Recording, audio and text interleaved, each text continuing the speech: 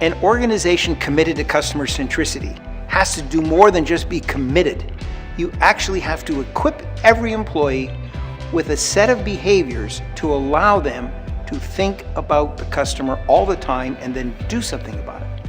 So what are those behaviors? Well, if I gave you a list of 50 things, people aren't even going to remember them, let alone do them all. Well, how about a list of 10 things? That's still a bit of a problem. So I try to bring it down to 3 distinct things, but each one has a purpose. The first says, if I don't care about the customer, then all the training in the world isn't going to matter.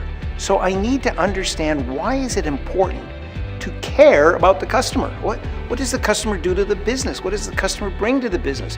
What happens if we don't care about the customer? Where will they go?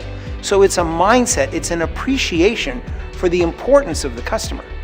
And hopefully something coming from within me saying, okay, I know you're important, but I really do care.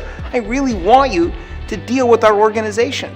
And that's kind of a mindset, that's a heart thing, and it's caring. So you've got to build that into folks and give them a chance to develop an appreciation for the customer.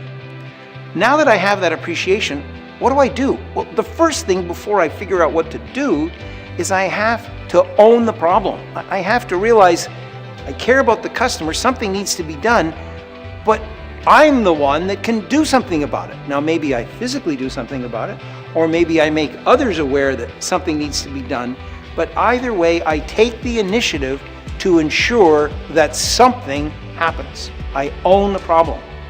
And then the third thing is, okay, I own it, now I should do something about it. I physically do something so the customer benefits.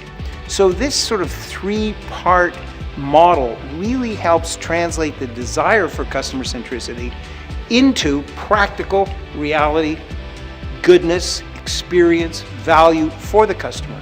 Care, own, do.